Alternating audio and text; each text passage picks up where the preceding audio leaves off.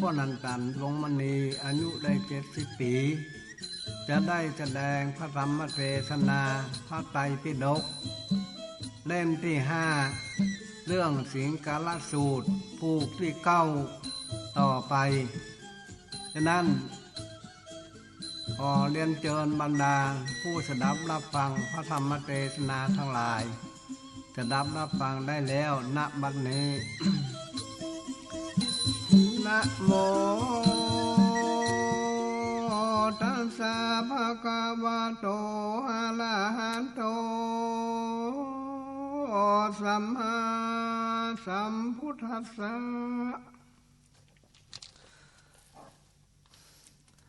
ปะอิเนหิโกกะหะคันติบุญตังปัญจหิตาเนหิคานิกะลังอนุปปาทิโดลาลูกังบันดีคนผู้เป็นข้าอินโดคนหนาเจ้าโตด้วยเหตุหาอันนี้มากว่าข้าผู้ใดแลหือเป็นกุลแก่นเจ้าโตโดยเหตุหาอันนั้นโดยในงะดังพระพุทธเจ้าเทศนามานี้ข้าผู้นี้เรียกว่าอินโดคนแหน่เจ้าโตเนื้อเจ้าโตนได้ถึงสุขนิเลศว่าข้าผู้นี้มีปัญญา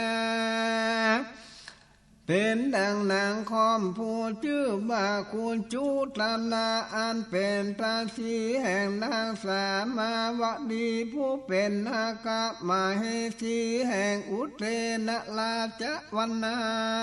นดังได้ยินมานิปัญญาอุเทนราชก่อเฮือกำดอกไม้อัน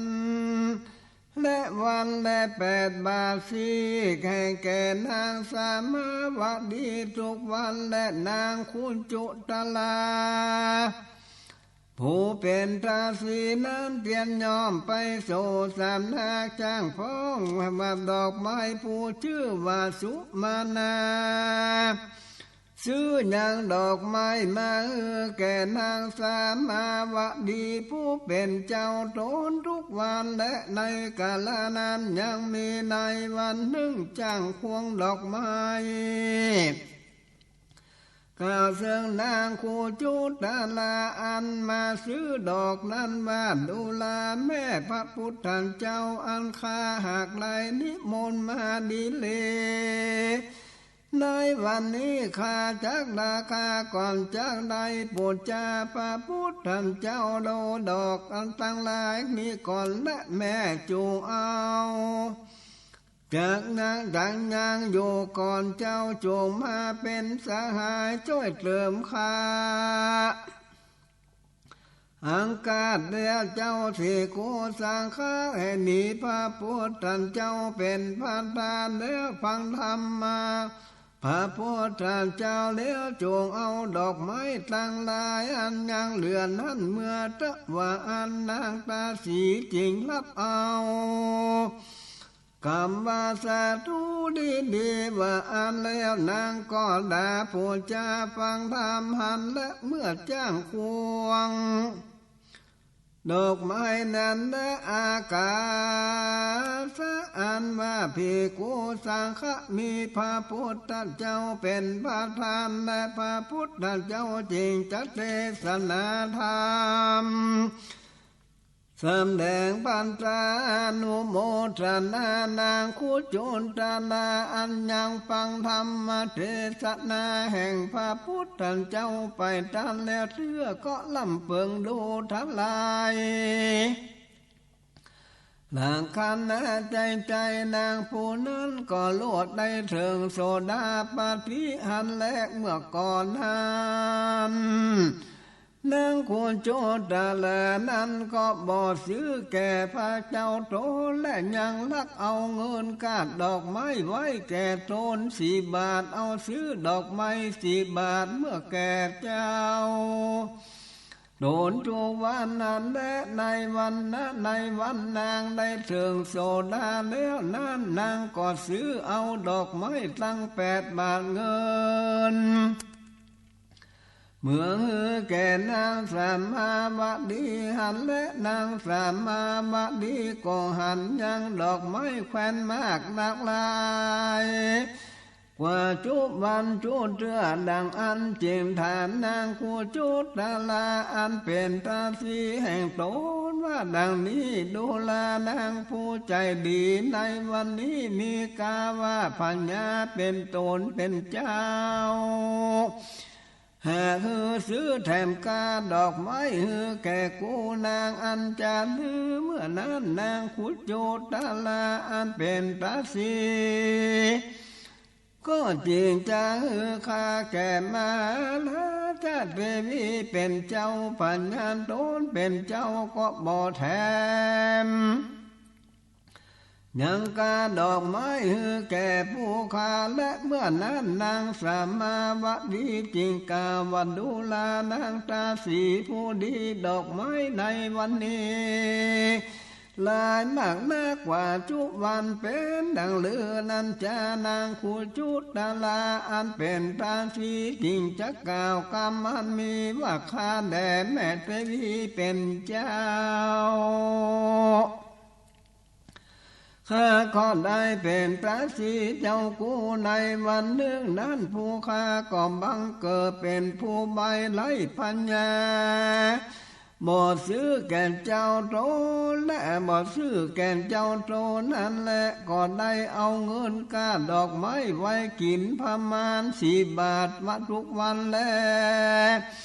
ซื้อดอกไม้ประมาณ4 บาทเงินทุกวันสันนี้ก็มีแก่ข้าและเมื่อนั้นนางสามาวดีกองกาว่าดูกาลานางตาสีในวันนี้มึงเป็นดังลือมีใจอันซื้อแก่กูป่วยบอกเอาข้าดอกไม้ไว้กินเหล่านั้นจะเหมือนนั้นนางขุจุดดาลาก็กล่าวว่าข้าแก่แม่เทวีเป็นเจ้า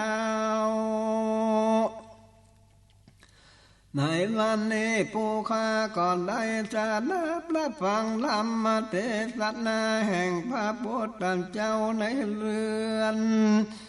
จ้างขวงดอกไม้ที่นั้นผู้ข้าก็ได้พ้นจากมิสัยอันเป็นคนใบก็ได้เสื่องธรรมมิเศษแล้วข้าก็ได้ตั้งอยู่ในผู้มาอันเป็นอริยะเจ้าแล้วเหตุดังอันข้าจริงบ่ลักเอากาดอกไม้เพื่ออันและนางสามาวดีได้ยินนางตาสีบอกตามอันโตดังอันนางก็บ่ดาสักกามหันและบันไดก็บ่คำดามว่าดูลานางตาสีผู้ร้ายมึงดังลือแล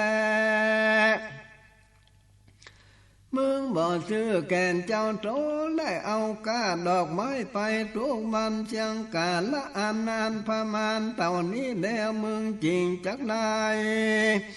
ซื้อดอกไม้เมื่ออันมึงกินนานประมาณเท่าใดแก่กูเตะนางก็บ่ดาคำดำว่าอันนางก่อนเต้ากล่าวคำงามว่าดูแลนางโคจุตะลาอันเป็นพระสีผู้ดีแม่นได้ดูกินรสสันธรรมมันเป็นคำสอนของพระพุทธเจ้าโดยประการสันได้โปรดทั้งหลายอันคงควายอ่านหางรสสันธรรมใจก็ขอจุงตูได้ดูรสสันธรรมอันนั้นโดยประการดังอันเตอในเมื่อการใดกรรมอันนางขุโจรตลาหากามันข้าแก่แม่เทวีเป็นเจ้าที่ว่าเจ้ากูจะมาไข่ฟังและมาไข่ดูกินล้นสัตธรรมแต่ดังอันผู้ข้าอันเป็นตาสีจงข้าได้อ่านน้ำดำมัวก่อนเตะว่าอันนางสามาวดีนางตาสีแห่งตนกันว่าอ่านน้ำดำมัวกำลาเนื้อโจรโดยน้ำอบน้ำหอมประมาณ16 ข้าออมแล้วก็หาผ้าขาวอันเกียงงามเรียบสูกุมารส่งพื้นแก่นางขุจุตาลานั้นแด่นางขุจุตาลา การว่าอาบน้ำดำหัวแล้วก่อนนุ่งผ้าผืนนึ่งสบายผืนนึ่งนั่งอยู่เหนือเรือนธรรมศาสนาจึงถือเอาปัดวิอันพาจิตงามกังนาแล้วก่อนเทศนาธรรมแก่นางทั้งหลายใน500 คนมีนางสามาวดีเป็นพระทาน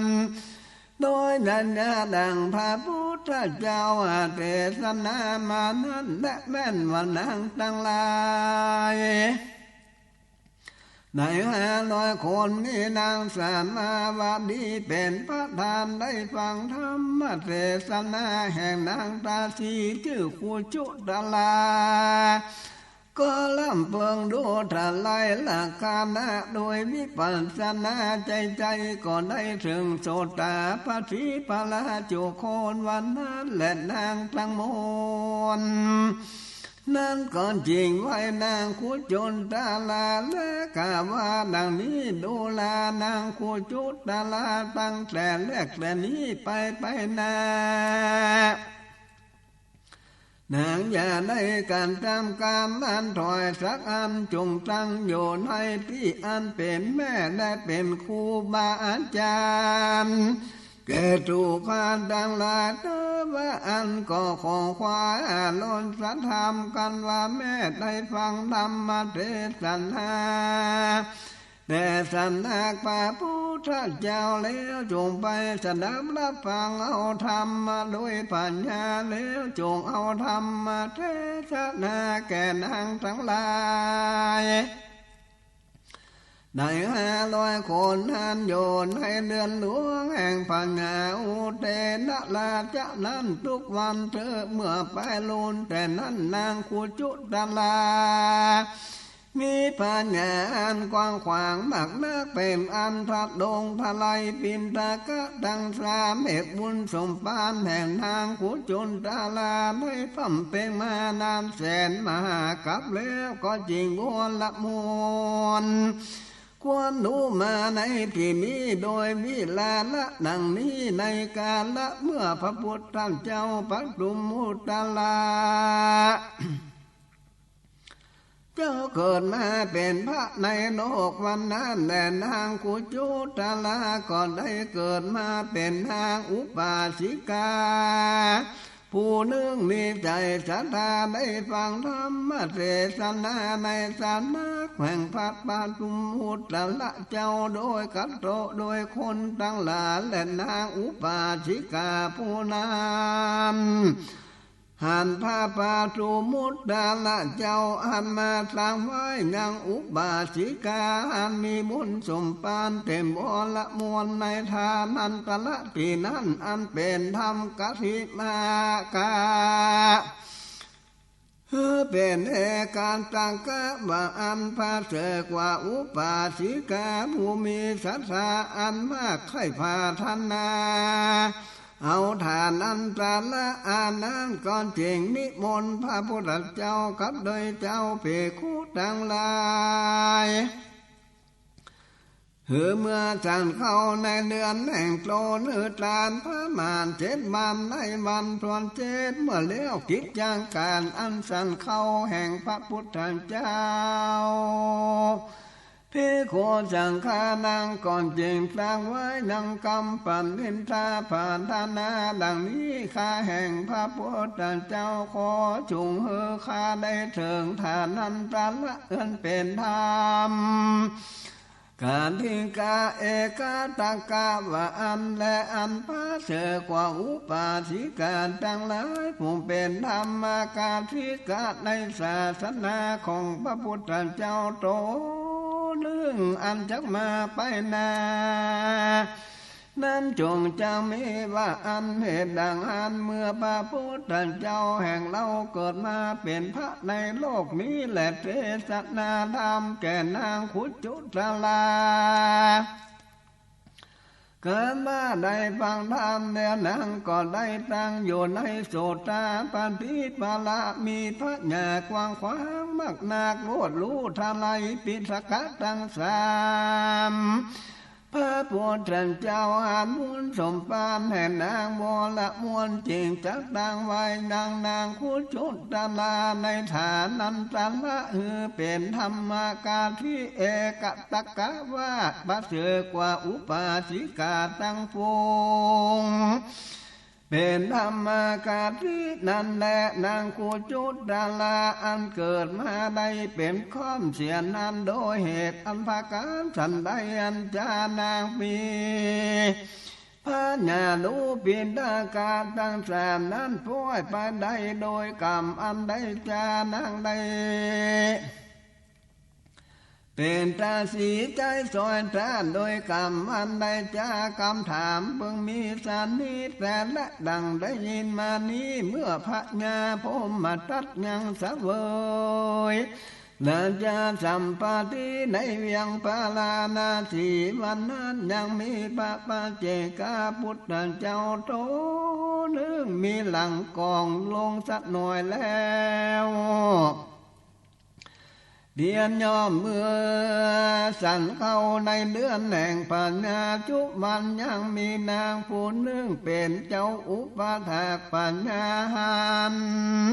พระบาเจกเจ้าตนนั้นเพียนย่อมกองหลังเข้ามานางก่อนนุ่งผ้ากุมผ้ากำปาละแห่งโตแล้วก่อนถือเอาขันคำตั้งบาทแล้วก็กองหลังแห่งตนแล้วสำแดงอาการอันย่างเตียวไปมาแห่งพระปาเจกาพุทธเจ้าอันย่างเตียวไปมาสันนี้ว่าอันด้วยใจใสว่าเศษอันใด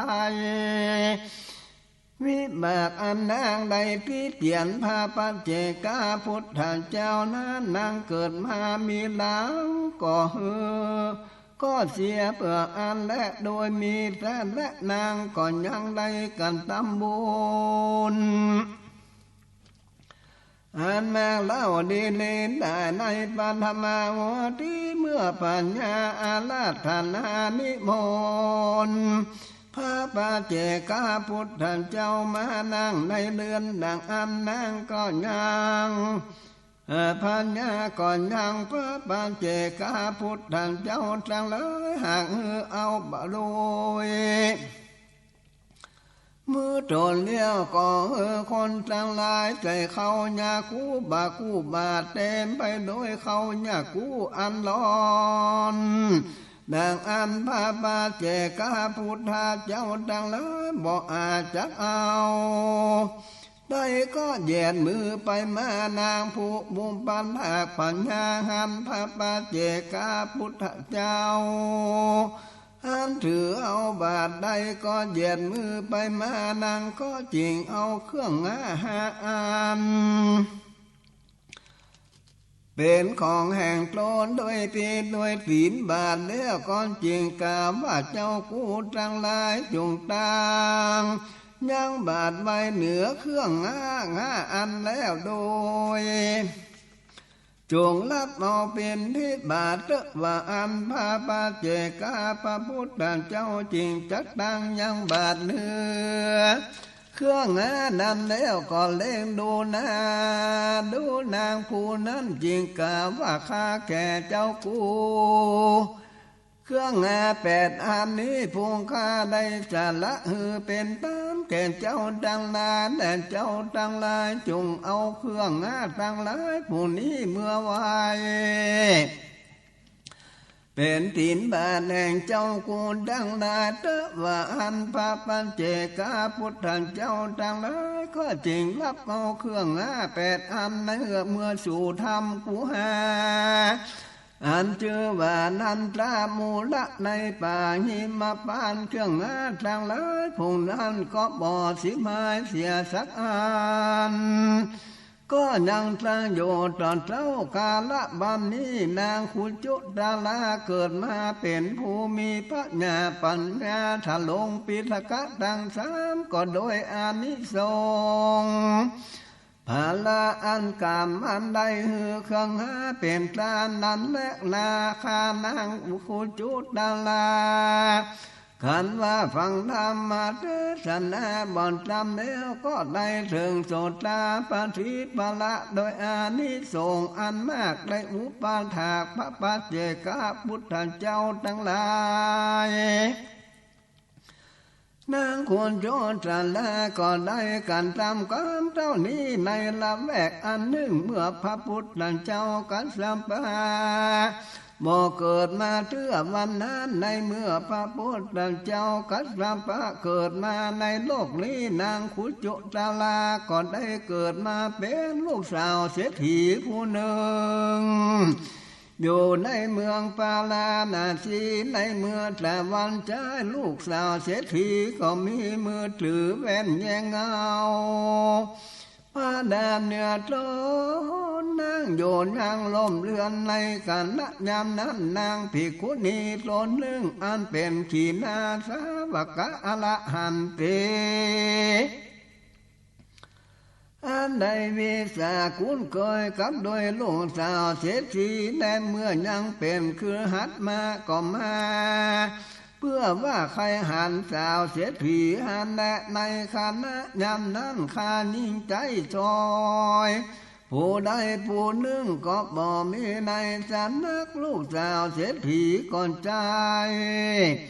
ยังเจ้าภิกขุณีโทนนั้นโดยกรรมะดังนี้ข้าแก่เจ้ากูก็ว่าข้าก็ไว้เจ้ากูและเจ้ากูจงอินดูขุนหาข้าจงไปเอาอุบเครื่องผ่าดับอันนานมาแก่ข้าพองเตว่าอันนั่งภิกขุณีเทลีตนนั้นขันเลี้ยงใจดังนี้พี่ว่ากูบ่ไปเอายังข้าอุบเครื่องผ่าดับมาแก่นางผู้นี้ดังอันมันก็จะเกียดแก่กูโดยผู้อาฆาตหมายมันแก่กูแล้วมันก่อนจะได้ไปเกิดนรกบ่อยากจะแลพี่กูไปเอามาแก่มันดังอันมันก่อนเจ้าจะได้เกิดเป็นข้ายิ่งใจสวยท่านผู้อื่นจักมีจาและสภาวะมัน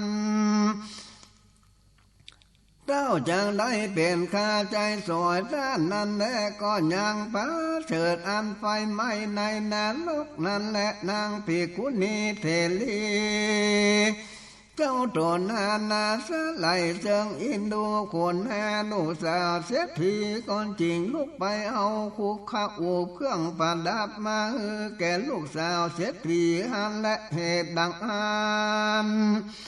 นางควรโจรจันลาแม่นมีบุญก็มากมีปัญญาก็มากก็บ่พ้นจากอันเป็นตาสีได้ก็ยังได้มาเป็นตาสีใจซอยท่านก่อนโดยวิบากอันใดใจเจ้าภิกขุโตมีศีลมีธรรมนั้นและในวัตถุอันนี้ได้แสดงนางผู้ข้าผู้ดีมีใจอันซื่ออันเป็นคุณแก่นเจ้าตนโดยประการฉันได้ในสังจะในสังฆลาสูตรนี้พระพุทธเจ้าก็ได้แสดงข้าผู้อินดูคนหาเจ้าตนโดยประการดังอันดังอันพระพุทธเจ้าก็เทศนาว่าเอวะมาสะเอสาเหตุมาทิสาปาทิโนทิเขมะปัญญาดูลาลูกกหาบอดีทิสะหนตามนั่นคือว่าข้ายิ่งข้าใจทั้งหลายคนการทำการนำขาผู้เป็นเจ้าเป็นนายหากกังบางไว้หือขาเสมบ่หือมีปัญญาอันกวน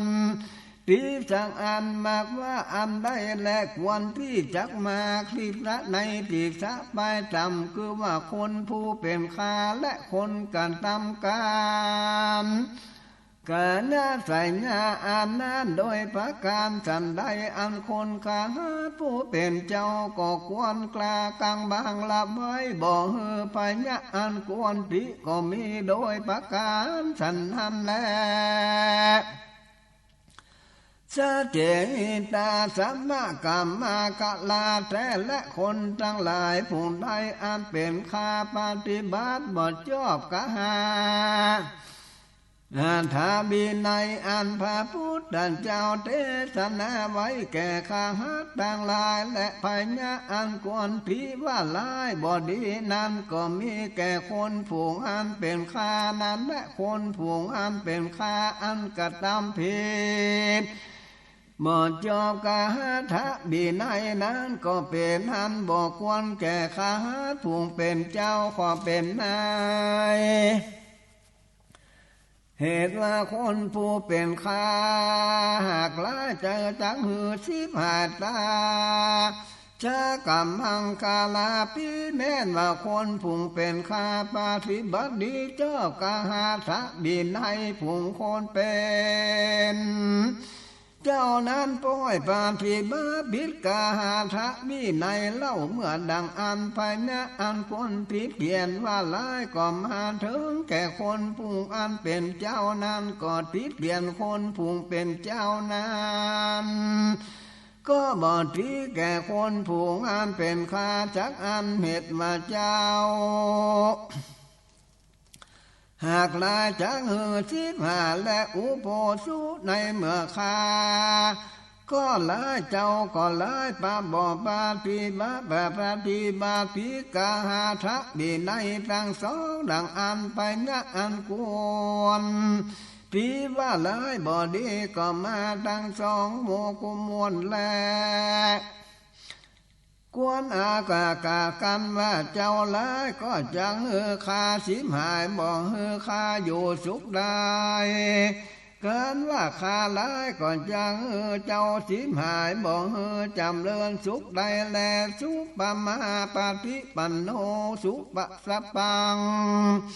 นาโหทิในเมื่อเจ้าอันคาปฏิมาเจ้ากาหาทะวินัยดังอันพญะอันกวนพิว่าลายก็บ่มีแก่ปุกละทั้งสอ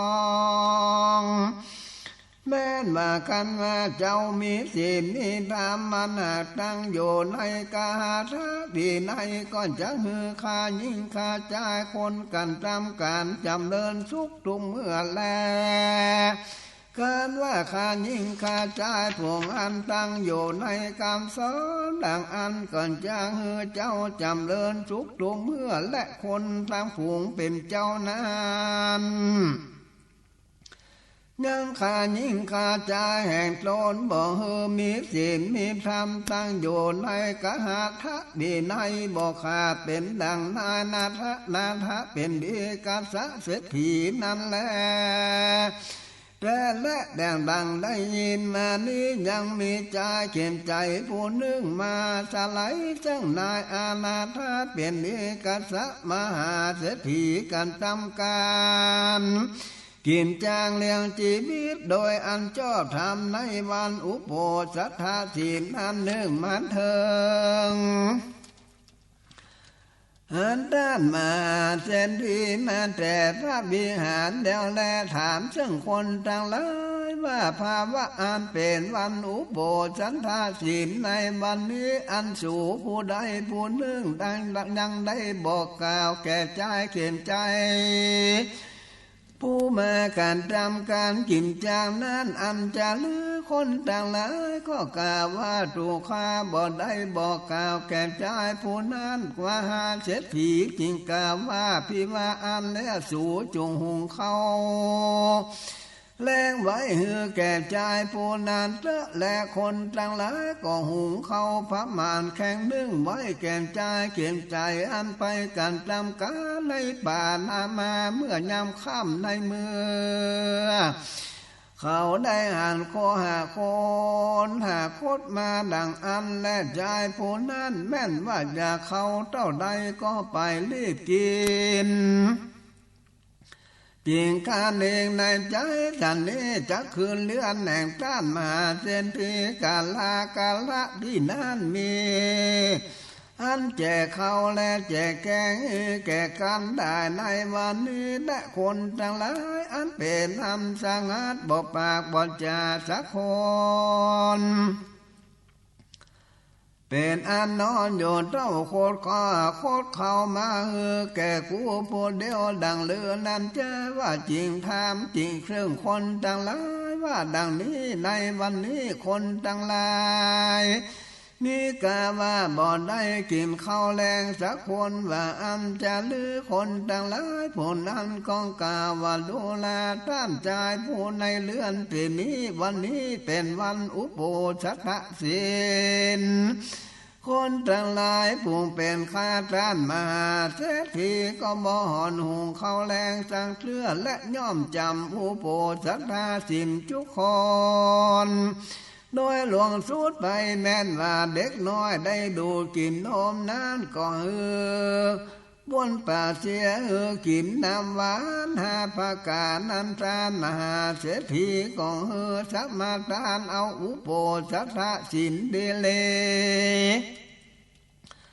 คนต่างหลายผู้น้อยก็ดีผู้ใหญ่อันอยู่ในเรือนนอนที่นอนโตนก่อนเตียนย้อนสวัสดิญาณพาบรรหาพระทิงสาการได้32มีต้นว่าเกศานั้นไปใจบอกขาดตูก็เป็นอันบอกพมาลืมบอกกันวันอุโบสถศีลแก่นด้านเหตุดังอันจุงกินเข้าผู้เดียวด้านเตอใจเก่งใจผู้นั้นก็กล่าวว่าดังนี้ปีและนี้ดังอันวันนี้หากเป็นวันอุโบสถศีลดังอันข้าก็จะจำอุโบสถศีลจะแลส่วนเจ้าจงถามซึ่งท่านมาเศรษฐีดูก่อนเตว่าอันคนต่างหลายผู้นั้นเขาก่อนถามเชื่องมาเส้นที่ว่าใจเขียนใจพี่อันบ่ได้กินข้าวแรงเตื้อดังอันจงจักบวนปากเสียเลี้ยวฮืออธิษฐานเอาอุโบสถศีลดังอันก็หากจะได้ศีลมีองค์8อันเป็นเครื่องเลือกเกิดเครื่องวันนั่นจะและว่าอันผู้ใจเขียนใจผู้จำศีลบ่ได้กินข้าวแรงดังอันลมปีเสียดต้องเสียบเนื้อแห่งโตแห่งใจเขียนใจผู้นั้นก็แควนเจือกพากิ้งเกือกิ้งกลับไปมาอยู่หันและด้านมาเศรษฐีได้ยินข่าวสารว่าใจเขียนใจผู้นั้นลำบากจริงคนทั้งหลายถือเอาน้ำหวานหาพักการตามไม่ใจไปในสำนักใจเขียนใจผู้นั้นแล้วก่อนถามว่าดูลาใจต้านบ่สำลานเป็นดังหรือใจเขียนใจผู้นั้นกาบข้าแห่งเจ้าโกเพียที่ลมเสียบลมแทงเนื้อโตนแห่งคาประกอบโดยทุกขเวทนามากนักมาเศรษฐีกล่าวพิมามีอันท่านจงลุกมากินน้ำยาปันนักว่าอันแล้วจะเข็นใจผู้นั้นถามว่าเจ้ากูจำศีลอยู่เกนังกินยาอันจะลือเศรษฐีกองกาว่าเปียทิโลกาบ่มีเราก็บอกกินท่านมีเปียที่ท่านจงกินยานิตว่าอันจะเข็นใจบนนั้นกาว่าดังนี้ข้าแห่งเจ้ากูข้าอันจำอุโบสถศีลก็บ่อาจเพื่อว่าจะเสียวันคืนทั้งโมได้แม่หนูโปรดจันดาศีลเกิงวันนึงอย่าได้ถอยแก่ข้าแคลข้าบ่มักเพื่อว่าจะกินยาอันใดสักอันแม่นว่ามหาเศรษฐีก็จำกินเยอะอยู่ใจมันก็บอกก็บอกสู้กินสักอันแลกกันพระอาทิตย์ออกมาจะเขียนใจผู้นั้นก่อนตายไปแล้วการว่าตายไปแล้วก่อนได้ไปเกิดเป็นปัญญาแก่เทวดาทั้งหลายก็อยู่ในไม้มีโคต้นใหญ่นึ่งอันมีในที่ไกลป่าหิมพานต์ก็อยู่เสวยที่ป่าสัมปติบ่ขาดสายเสียงกาละอันนั้นพระลาถึงกาละบัดนี้และเหตุดังอันพระพุทธเจ้าจึงจักเทศนา